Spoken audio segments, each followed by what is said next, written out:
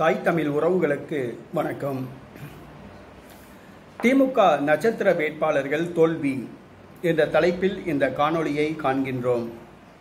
திமுகவின் நட்சத்திர வேட்பாளர்கள் தோல்வி என்ற தலைப்பில் இந்த காணொளியை நான் காண்கின்றோம். 2024ஆம் ஆண்டு இந்திய பாராளுமன்ற தேர்தல் 6 கட்ட தேர்தல் முடிவடைந்து விட்டது. இன்னும் ஒரே ஒரு கட்ட தேர்தல் ஜூன் 1ஆம் தேதி நடைபெறுகிறது. ஜூன் 4ஆம் தேதி வாக்கு எண்ணிக்கை நடைபெறுகிறது. திமுக 21 தொகுதிகளில் போட்டியிடுகிறது.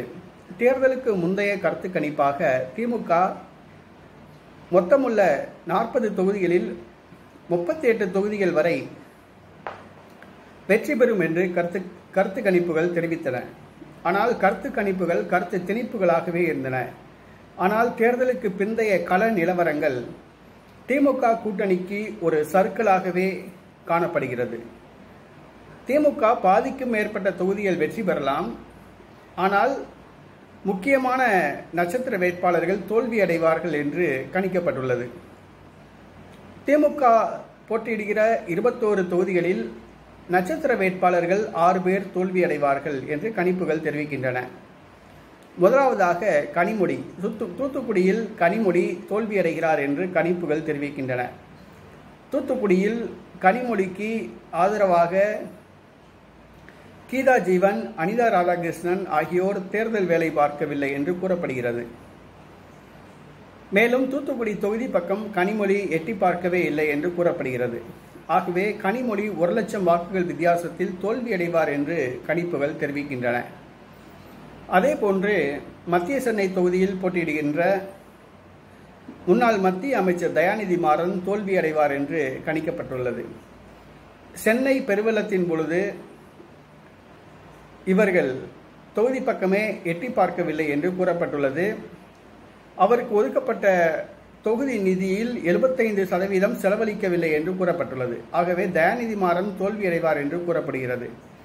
அதேபோன்று தென் சென்னையில் போட்டியிடுகின்ற தமிழச்சி தங்கப்பாண்டியன் அவரும் உறுதியாக தோல்வி அடைவார் என்று கூறப்படுகிறது. அவர் தொகுதி பக்கமே எட்டி பார்க்க மாட்டார்.